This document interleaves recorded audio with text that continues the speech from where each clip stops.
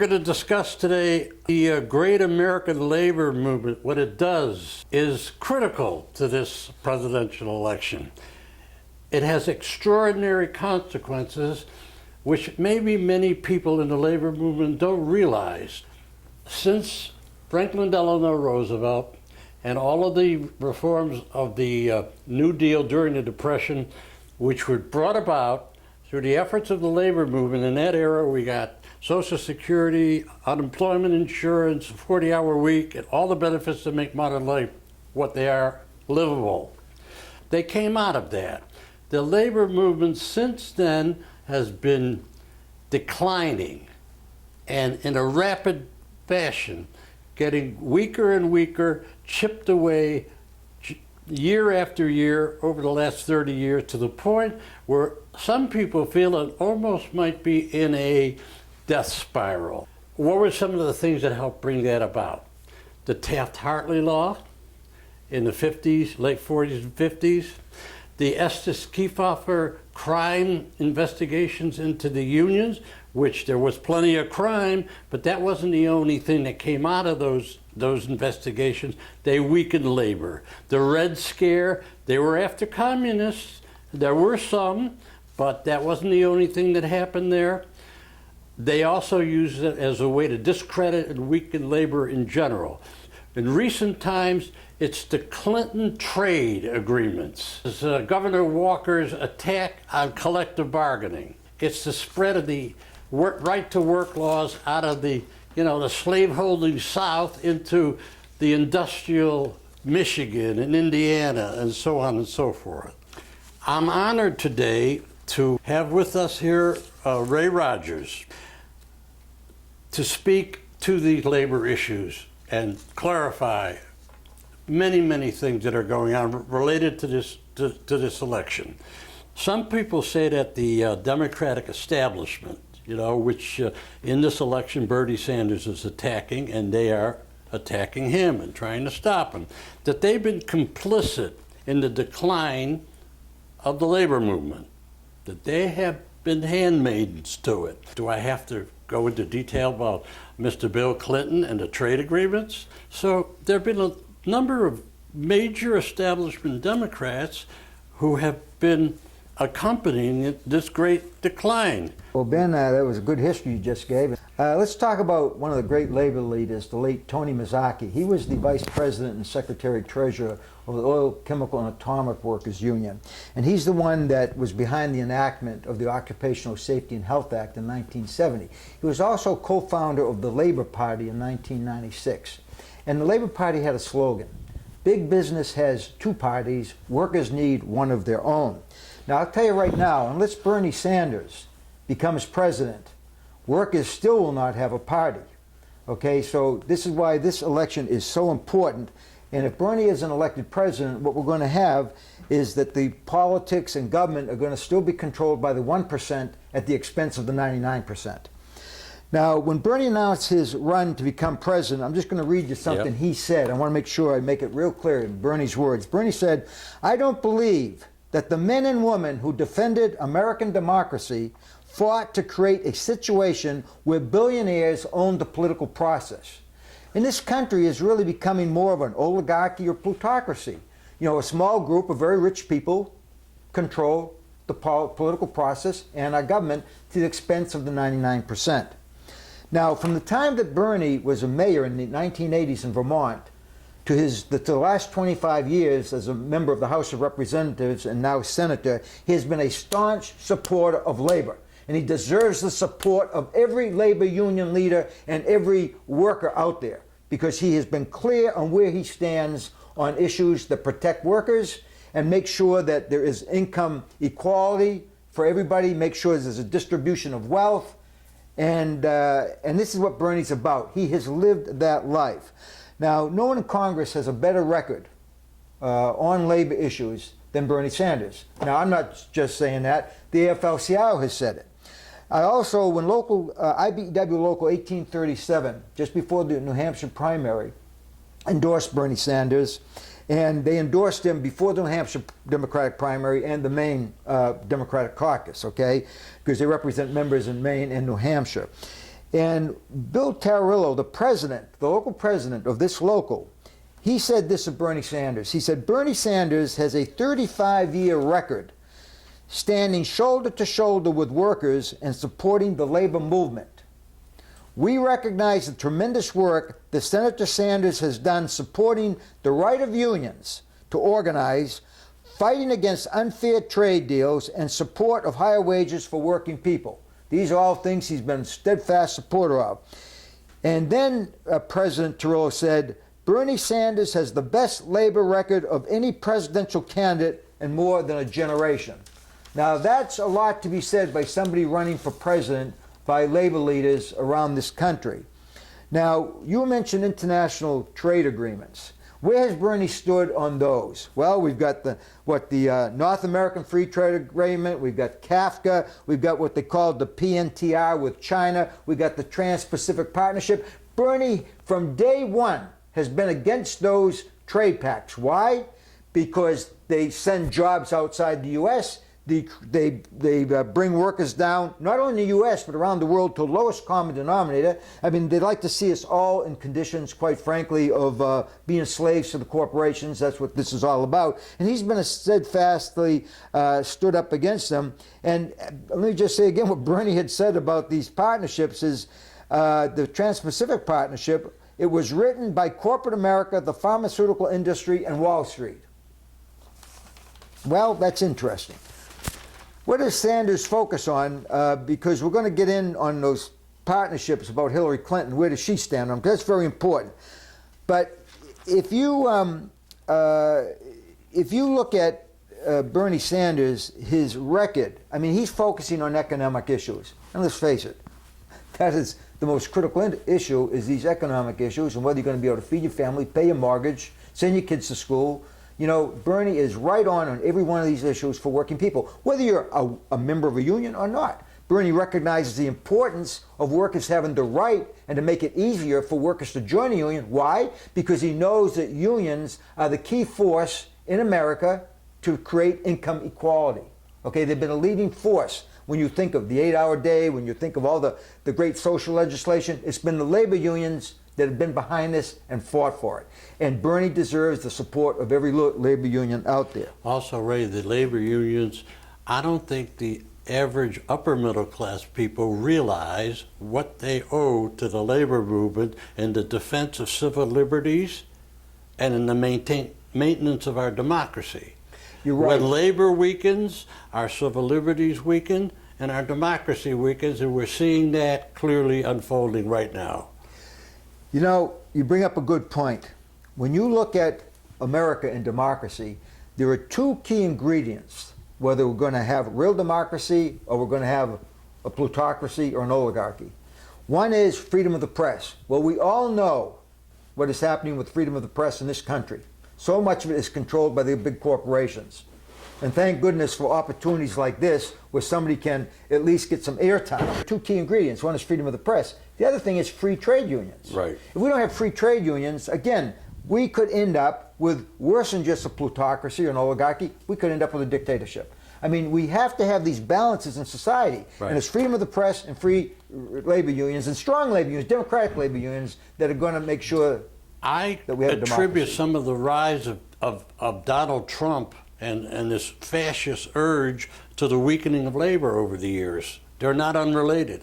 Yeah, no, not at all. In fact, let me tell you, when you think of Donald Trump, one, is he smart? Sure, he's smart. Is he a wacko? Yes, he is. Is he very dangerous? Yes, he is. And why is it important? You know, the labor unions that went and to back up Hillary Clinton at the beginning, when you look at Hillary's record, by the way, on labor, when you look at her in education, she is no great progressive that's out there fighting for labor or education. You got the big unions, the AFT, the American Federation of Teachers, the National Education Association, coming out for Hillary Clinton, never giving Bernie a chance. I think right now they're sorry because they're hearing from a lot of the members. The Service Employees International Union, why the hell are they backing Hillary Clinton? Okay, these unions, the American Federation of Government Employees, why are they backing Hillary Clinton? You know, look at their record. Look at Hillary's record in her time in government. Look at Bernie Sanders' record in his term in government. Look at their records outside of government. Who's the best person that's going to stand up and fight for workers, poor people, and the 99%? It's Bernie Sanders. I'm going to say right now that I would love to see these unions. I don't expect they're going to do it. Maybe they'll smarten up. That those unions that came out early for Hillary Clinton would rethink and say, listen, we're going to stand up and say we were wrong. We need to back Bernie Sanders. Why? You talked about the threat of Donald Trump.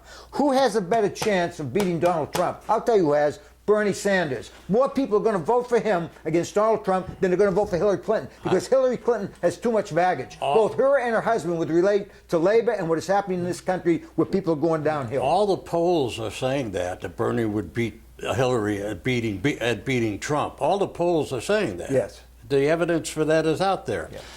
I wrote an article. It was a brief endorsement. I wanted to get my word out at least to a network of about 60,000 labor leaders and activists around the country. So I sent out just a few paragraphs supporting, Bernie, and my piece was entitled "Labor Leaders for Hillary versus Bernie must be nuts." Okay, now I got a lot of people writing me back saying, "Right on," and of course I had a few labor leaders come out and say, "Who do you think you are to come out and say that we must be nuts because we're standing up for Hillary Clinton?" I stand by that. They got to be crazy. Okay, they got to be crazy. Nothing is going to change in this country with Hillary Clinton. That'll maintain the status quo. I wouldn't expect things to get better for workers. What about this, Ray? The CWA, the Communication Workers of America, they had a referendum. That's right. They had a vote of their membership. 85% of their membership came out recommending that the union support Bernie Sanders. That's right. And the union supported him. That's right. What about the UFT and some of these other unions? Well, let me just say that the CWA Why don't they check out what their members feel? Well, the CWA has enlightened membership, and they gave them an opportunity to speak, and then they followed their instructions. All right, and I wish other labor unions would do the same. I know that some other key labor unions have support Bernie. The American Postal Workers Union, the Amalgamated Transit Union just came out, for Bernie Sanders.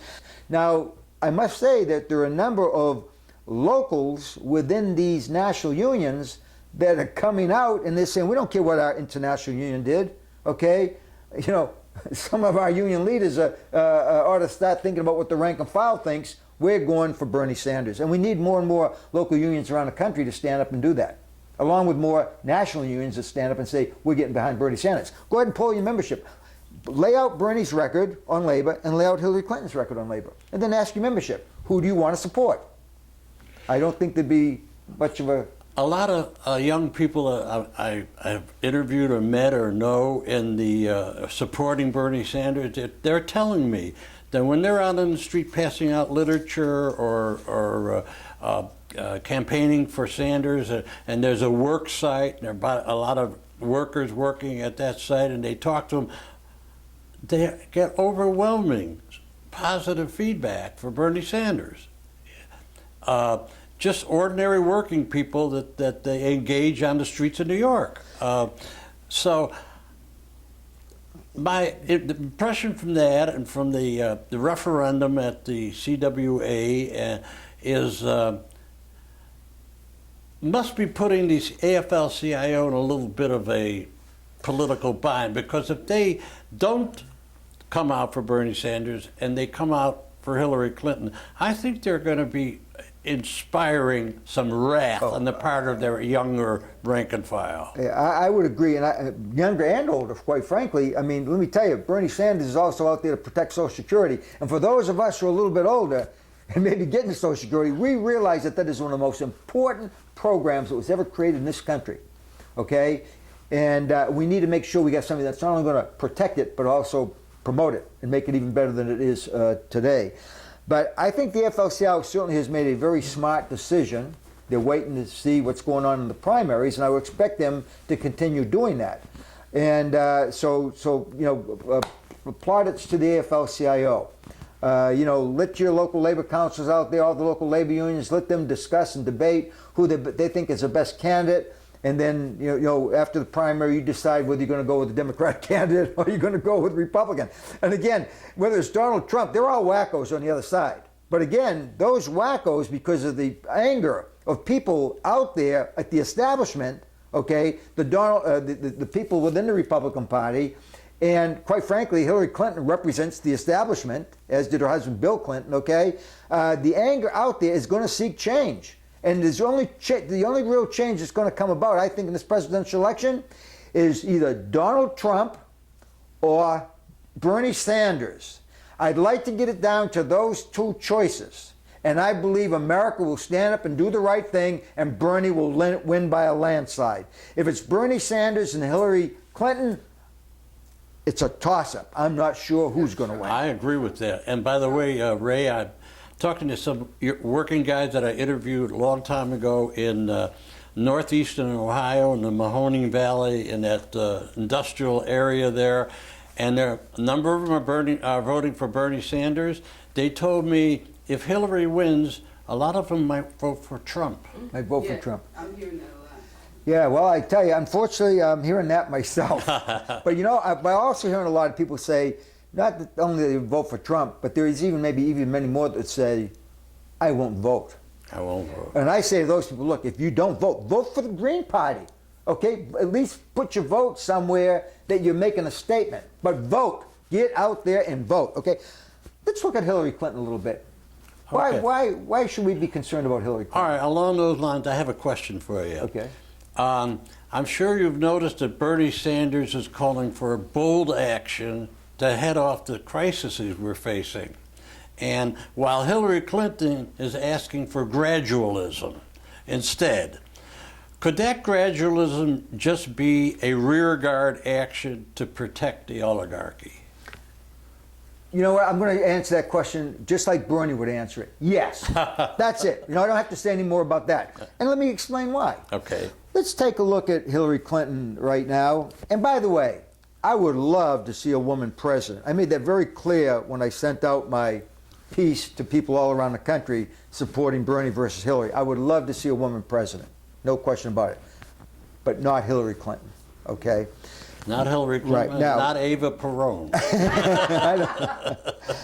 Let's take a look at it. Let's get right inside the Hillary Clinton machine at the campaign. Who's her campaign? Last I knew, her campaign treasurer is a fellow by the name of Jose Villarreal. All right? Now, how many people ever heard of him in this campaign? Pretty much probably none.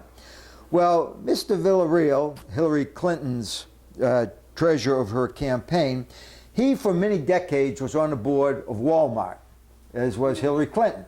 Okay, we know no friend of labor. Okay, not only on the board of Walmart, but many other corporations that were anti-labor. But even better than that, Mr. Villarreal, who was a partner with Aiken Gump, that's one of the big, powerful law firms that's always been in control of the Democratic Party and the establishment, Aiken Gump, okay? Not only was he a partner, he is now a consultant and senior advisor to Aiken Gump, okay? Now, what is Aiken Gump? If you look on Aiken Gump's website, you're going to see that there are certain things that they have a lot of expertise that they offer services for. They will offer services how you fight corporate campaigns, something that I'm considered the father of because I developed the corporate campaign concept during the J.P. Stevens historic fight on which the film Norma Ray was based. That was based on the J.P. Stevens company, okay? They also pride themselves on how to show companies how to have a union avoidance, to have a union-free environment. This is Hillary's treasurer? This is her treasurer. This is her treasurer, okay? The guy who's trying to break Right. unions? Exactly. That's her Yeah, treasurer. that's union busting is another That's thing. They Hillary, offer. you yes. mean Hillary Clinton, the progressive, that's her treasurer? That's her treasurer. Okay. And he is still, and he, like I say, he's no longer a partner with the firm. Instead, he's a consultant and senior advisor. Okay? He's been promoted. Now let's go and take a look at Hillary in 2008. Maybe she had better credentials back there. Well, I'm very familiar with two of her co-chairs.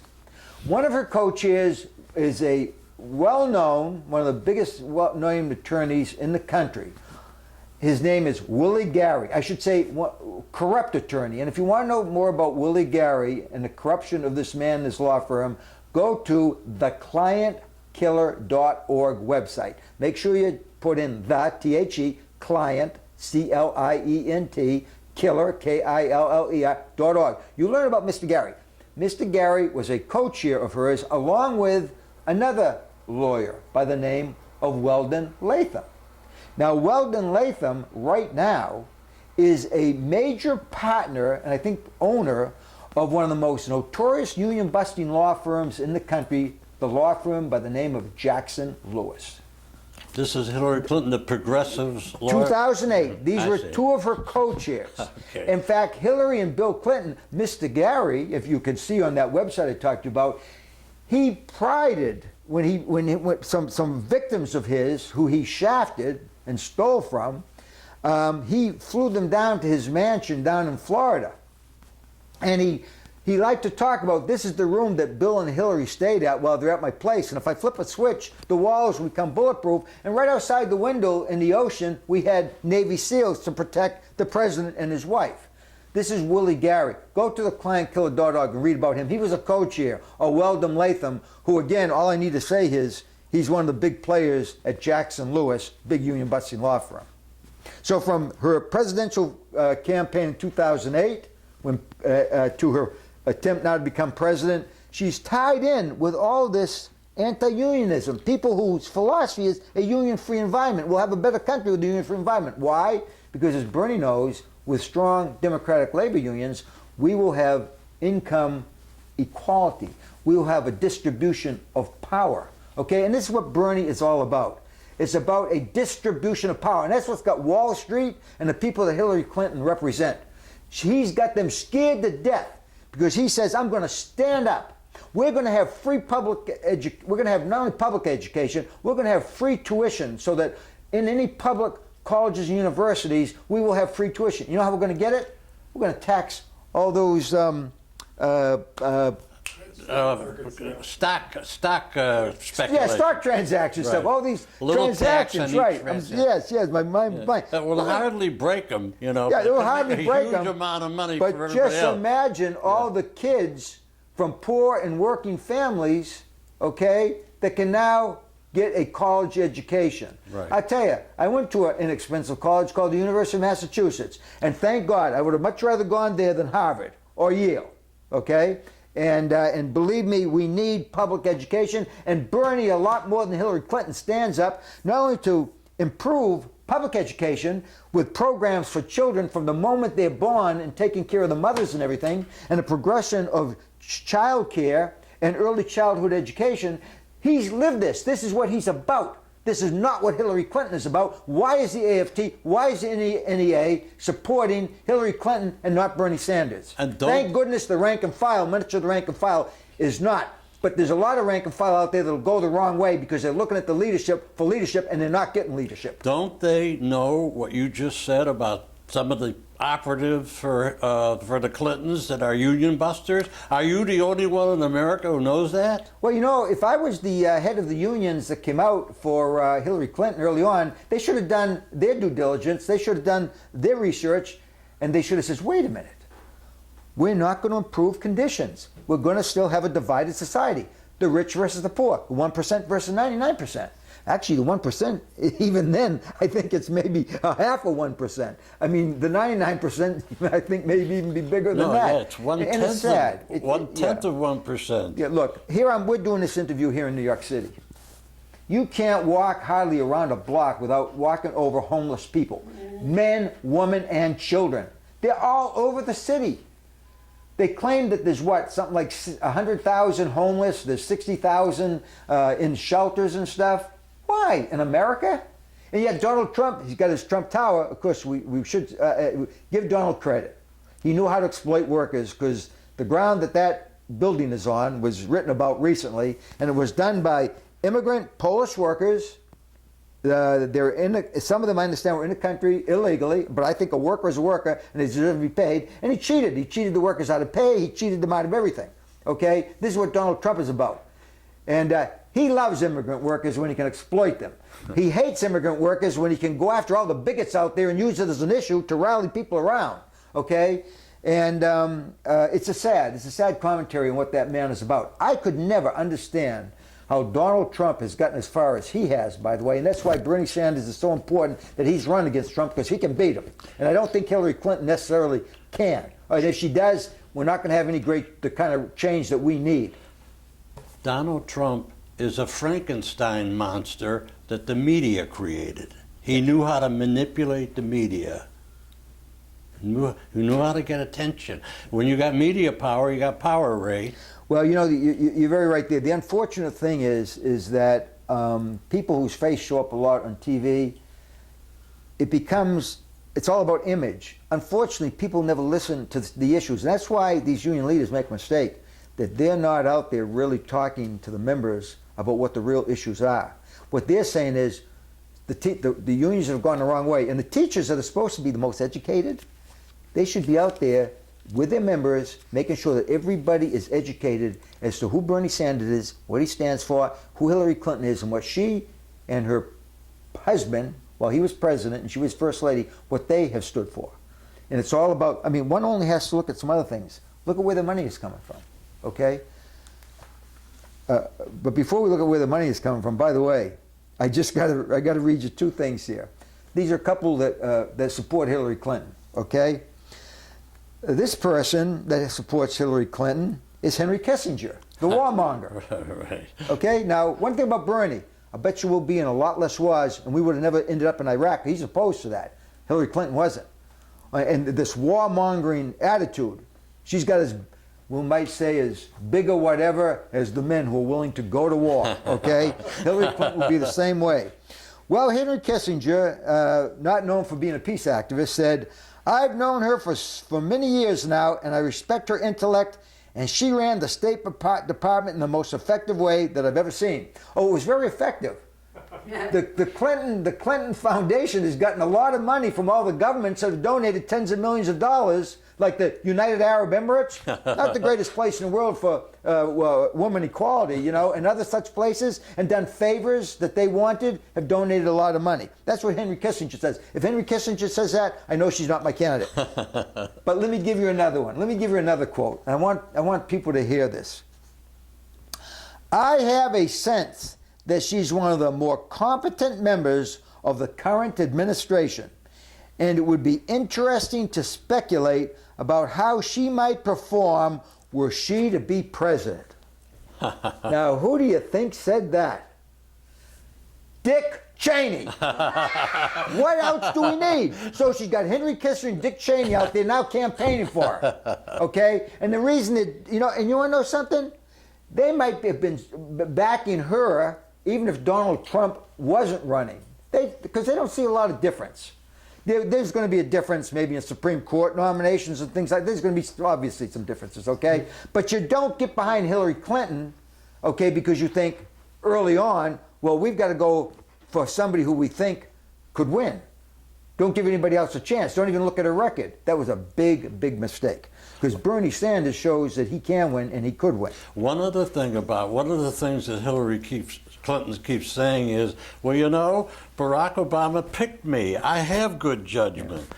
Let's go back to that election, the animosity that existed at the end of that contest between Obama and Clinton. Right. The offering of the Secretary of State, was that because she had good judgment or because Obama had to heal the rift? It wasn't, he was giving away a perk to get her to not be hostile and cold toward him, which she was, and Bill was too. It was not her judgment, it was a political bribe. Well, I think he had to heal the rift, but unfortunately, with President Obama, okay, and Randall Robinson, who's a well-known civil rights activist, trans-American, everything, you know, has raised very serious issues, as has just on 60 Minutes last night, the very famous black, oh my God, educator, activist, Cornel West. He was just on 60 Minutes last night. Just really came down on Obama. Terrific. And again, he's very outspoken. Now, when he nominated Clinton as Secretary of State, Obama, he was also thinking of the power within the Clinton family and all the money and stuff, okay? So that wasn't, you know, and so he made a decision. But you want to know something? Look at Obama's record. Who did he support to go out and run the economy?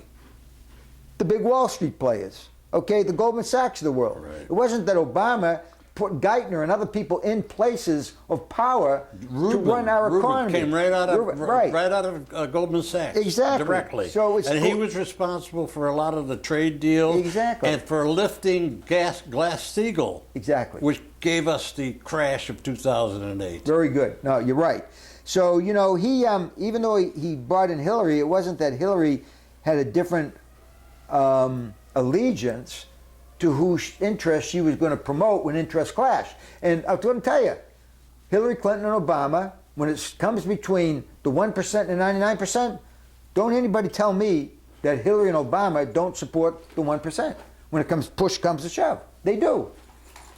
Where are those transcripts of your speeches, Hillary, to Goldman Sachs? Yeah, well, you know, when we talked about, you know, another thing we talk about workers and unions, listen, there's got to be a better way than war, okay, to solve political problems on an international level. And one of the saddest things is this country's use of violence to resolve problems and the use of drones. Bernie Sanders is not going to be shooting drones over that, by the way, they're not so intelligent they don't kill a lot of civilians. And this is a very serious issue. Hillary Clinton will and has supported the sending of drones just like Obama. We don't need this kind of mentality in the presidency of the United States if this world is ever going to turn the mess around, whether it be the war establishment or it be concerns about climate change. We need somebody in there from day one. It's inside his makeup, Bernie Sanders. We got to deal with climate change. We got to deal with this issue of solving all our problems through war and building up the military establishment, etc. Okay, and particularly on the backs of poor people and workers. Another thing about Hillary's getting this African American support. If I know you've looked into it a little bit, some issues there. Yes. About that support, and maybe there's something that should be more well known about her role in that community. Well, let me first of all let's talk about Hillary for a minute. Okay, on Hillary, all right. Before I do it, let's talk about Bernie, because why is Hillary getting all the black support?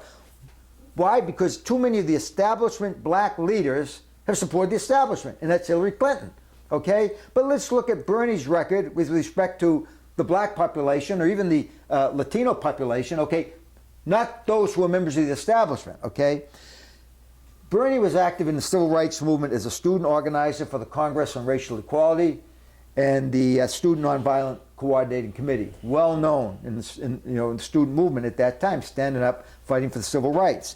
In 1962, a lot of people may not know it, but while Bernie was at the University of Chicago, he led a demonstration and an occupation of the administration building because at the University of Chicago, blacks and whites were not allowed to live in the same dormitories. This was in 1962, okay? And so then they occupied for weeks, okay? And that was Bernie Sanders, the young Bernie Sanders.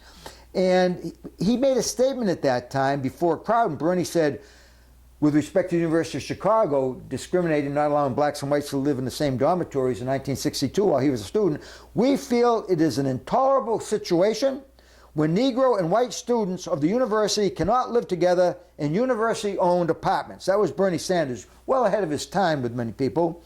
And, you know, and after participating in the 1963 March on Washington, Bernie was arrested for resisting arrest during a demonstration against desegregation in the Chicago's public schools. I mean, he has a history. Way back there in the civil rights movement, he was out there, okay, standing up for civil rights. And like I say, his history is being involved not only in the civil rights movement, but very active in the anti-war movement. He also supported Jesse Jackson in his bid for the presidency, and he got Vermont to vote in the primaries for Jesse Jackson. Yes, and I'll tell you something else that Bernie does. He's calling for real reform in our criminal justice system, all right? Now, this is another real issue between Bernie and Hillary, and why the minority population didn't understand what Bill Clinton started and what Hillary's carried on. the prison industrial complex, okay? We have now an industry of private prisons. Bernie wants to end private prisons for profit, all right? Why? Because laws were created under the Clinton administration, okay, that helped to send more and more, mostly black and Latino people to prison for offenses, for nonviolent offenses. They did it around drug offenses, and so many people have been thrown in prisons and 3 strikes and you're out. That's fine for violent offenders. But we've got so many people, mostly black and Latinos, that have ended up in prison and built up this big prison industrial complex. Now, would Hillary want to shut them down? Well, Hillary Clinton gets a lot of contributions from GEO and the, what do they call it, the corrections corporations. The private prisons Yeah, are giving her a lot of donations? Yes, the 2 big private, the GEO Group and the Corrections Corporation of America. They have they've given Hillary a lot of financing, and Hillary and Bill, through their policies, have made sure that there's plenty more people going to prison, and I guarantee you, it's the minority population that's being, you go into any of our prisons, you'll find that it's mostly minority population. And you know, Randall Robinson, whether it's Randall Robinson or Ray Rogers talking about this, again, Randall Robinson is a big name out there as a civil rights leader, okay? And, you know, he has made it very clear that the Clinton administration, he's tried to point out, they've gone beyond the pale, which has caused more and more, you know, black citizens to end up in prison. And I'll say black and Latino citizens ending up in prison. So this goes all the way back from Hillary Clinton in 1994, when she was calling for the need for more police and the need for harsher prison sentences and the need for more prisons. And then they come up with policies again. Again, I'm all for 3 strikes and you're out. You're a violent offender, maybe 1 strike and you're out. But again, they created a situation for nonviolent offenses, and even in many respects minor offenses, putting people in prison rather than realizing if you have a drug addiction, that's a health problem. And Bernie's made it very clear. We're going to have more institutions that are going to help people get off drugs rather than stick them to prison, have them go to prison, come out more of a criminal, probably get involved in drug trafficking themselves, plus go on drugs all the more. You know, so Bernie has a sensible policy to deal with that. Now let me say another thing when you talk about the whole issue of the issue with black supporting Hillary Clinton. There was Bill Clinton pardoned a fugitive, I think it was around 2002 or 2001, by the name of Mark Rich. Mark Rich was a billionaire, and he made billions of dollars by selling oil to the apartheid regime of South Africa. He did a lot of other really bad things too, okay? Bill Clinton pardoned this man. I can tell you right now, and I'm not saying this, I read a lot, I read articles, but Mark Rich, I think, died around 2013. But his family and his colleagues and the people around him are still donating big money, because they're part of the establishment, still donating big money to the Clintons and the Hillary Clinton and their campaign, okay, and to the Clinton Foundation. The Clinton Foundation is not, the Clinton Foundation, I'm sure, has done some decent work. But believe me, that foundation is protecting the family wealth, growing the family political power, okay? There's some real questions on its record keeping, okay? And where all the money is coming from and what the people are getting back for what they're donating to the foundation. And again, I'm talking not only about big corporate executives, but also governments that really have very questionable human rights policies. You know, when you look at where people are getting their money from, that says a lot in politics. And Bernie has gotten his money from millions of donors, like myself, who has donated $27. I'd like to donate a lot more, but I said, I'm getting my $27 in there. All right, so I did, all right? So I happened to look at there was a great article done and that talked about Hillary and Bernie and where the money is coming from. And they did a past 30 years, the donations. So here's where top 10 donor lists for Hillary.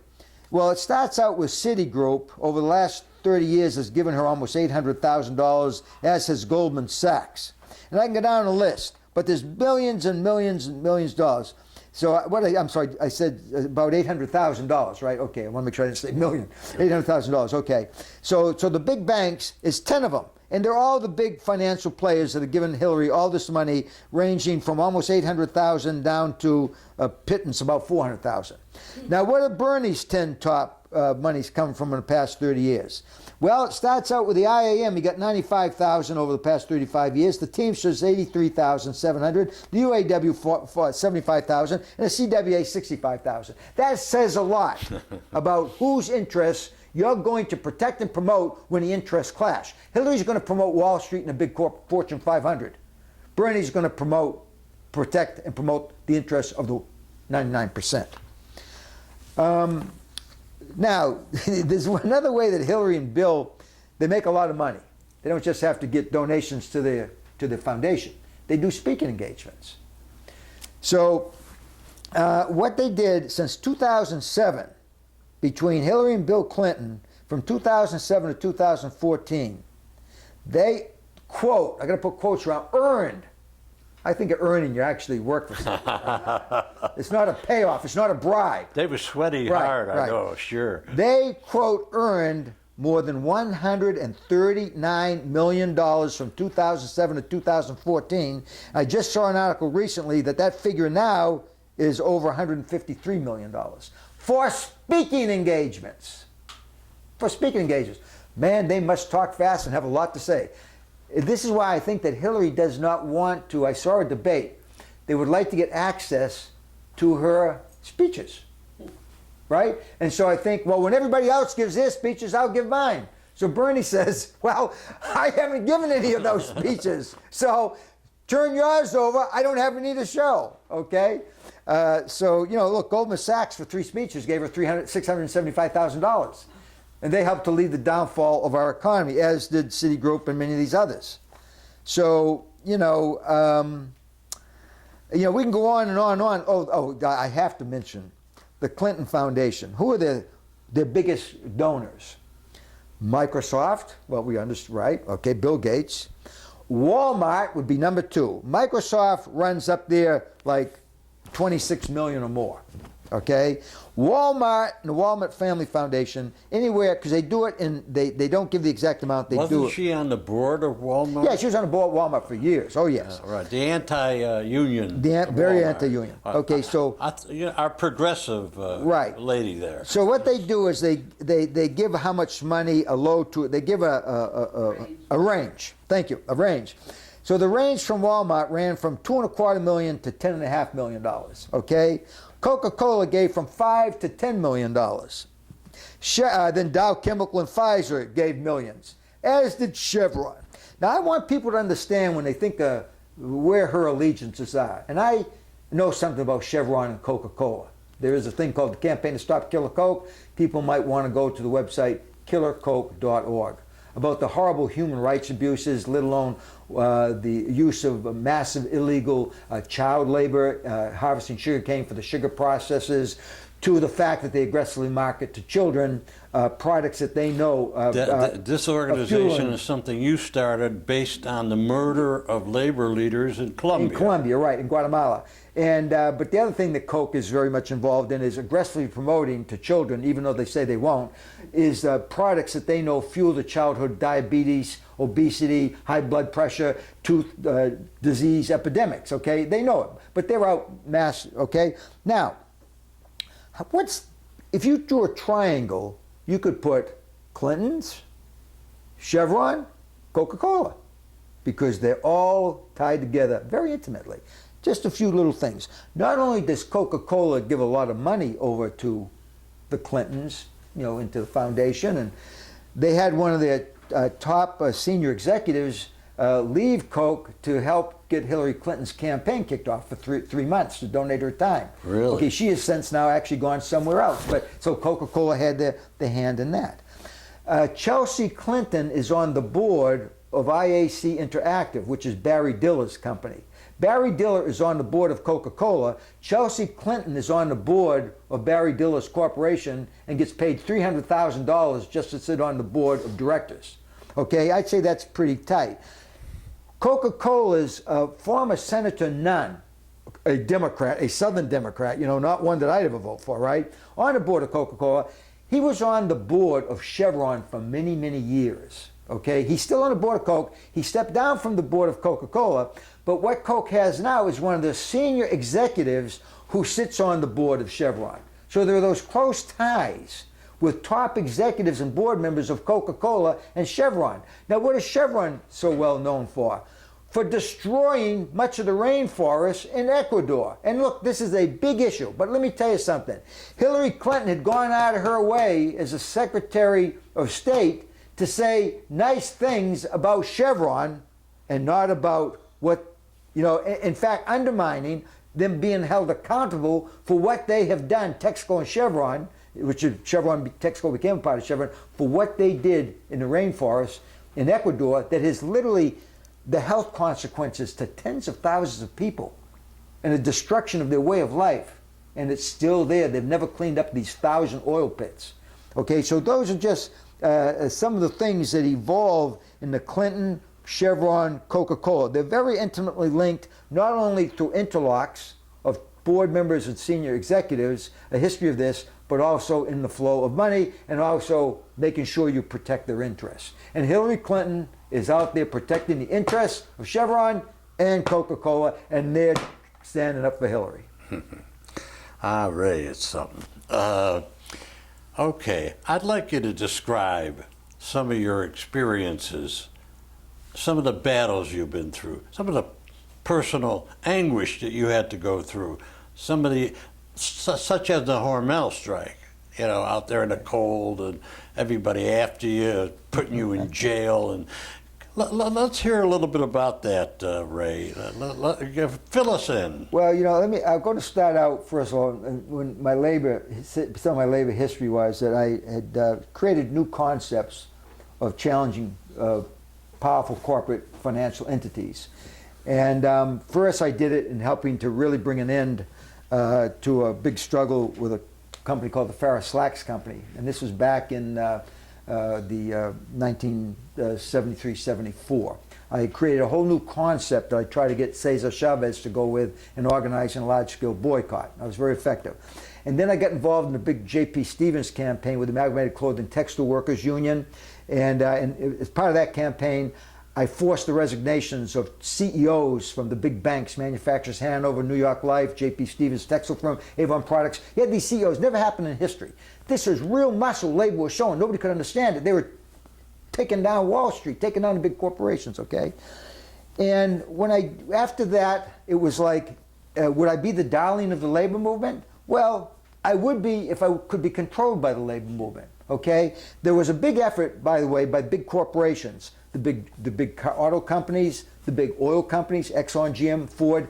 When they sent somebody to me to meet with me, he was from a company called the Diebold Corporation, and they tried to co-opt me. They said that the heads of these companies want to sit down and meet with me because I was all over the news forcing these resignations during this campaign, the kind of muscle that the labor unions were showing, and that they'd like to sit down and talk to me because I had such a great ability to relate to workers. And I sat there and I thought, I had 3 meetings with this person. And I finally said to him, you want to know something? I don't think I want to meet with him, and I'll tell you why. The only reason they want to meet with me is not to bridge the gap and do more for workers and poor people.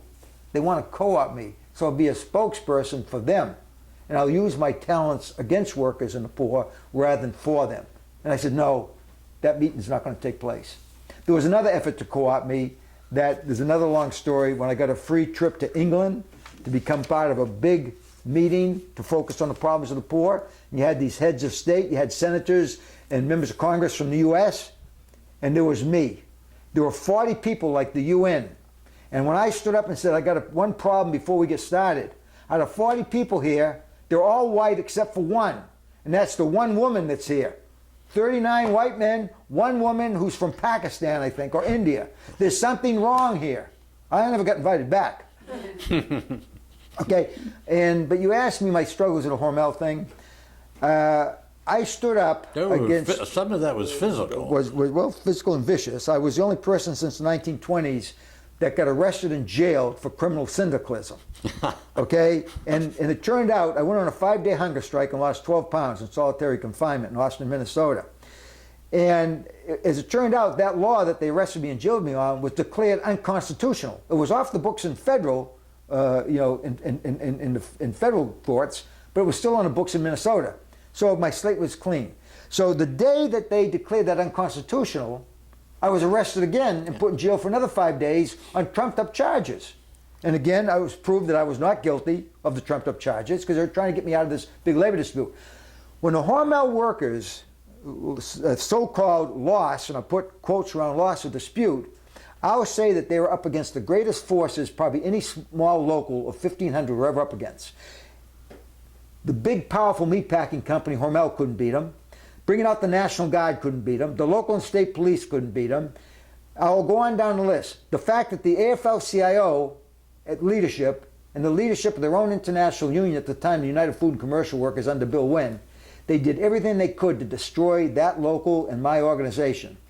Okay? And we said, we're going to be standing when you're gone. Well, we're all standing. Bill Wynn passed away. Other people have passed away. Len Kirkland has passed away. But let me tell you something. It showed me the ugliness in the labor movement when you have these so-called labor leaders standing up, claiming that they're fighting for labor when they're really in the pockets of the other side. Let's put that. They certainly weren't standing up for labor. They were standing up for themselves. In fact, I got to remember the president of the UFCW at the time, we called him the Mr. T of the labor movement because of all the gold chains and diamonds, tie pins, rings that he was wearing. Despicable. And at one time I thought this was a pretty decent guy, but once I got to know them, I realized that we have some real problems. But believe me, I'm very pro-labor, and it's a very difficult job to be a labor leader. I think you've earned a right to speak for labor, Ray. We've watched politics in this country in the gridlock where nothing gets done, okay? And if we don't have a real leader in there that stands up and can bring all sides together and has a real vision, nothing is ever going to get done. Bernie Sanders has a vision. And the reason we know that he'll stand by that vision and go out and promote it is because it's what he's lived. It's about equality. It's about everybody, the rights of everybody, whether you're a minority, whether you're a woman, whether you're a man. It's about equal rights. It's about pay equity. It's about the distribution of wealth and therefore the distribution of power.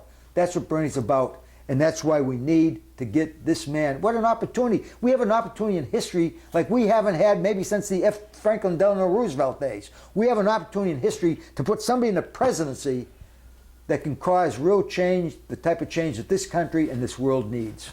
And don't say back Hillary because you think that she's the only one that could beat Trump. Maybe you thought that before Bernie got out there and his campaign got to be as big and as visible as it has. But you had an obligation to look at who the candidates are and what their records are. Hillary Clinton's record for labor is, in the 99%, is not good. Bernie Sanders' record for the 99% from day one, it's a part of his body, a part of what he is. That's the person we should be supporting. Don't even give Hillary Clinton a consideration if you believe in standing up for the 99%. Ray, thank you so much for coming on and letting us know what's on your mind here and your message for working people out there. We all appreciate it very much. Ben, I want to thank you, and I want to thank Joe Friendly for this opportunity. Yes, thanks, Joe.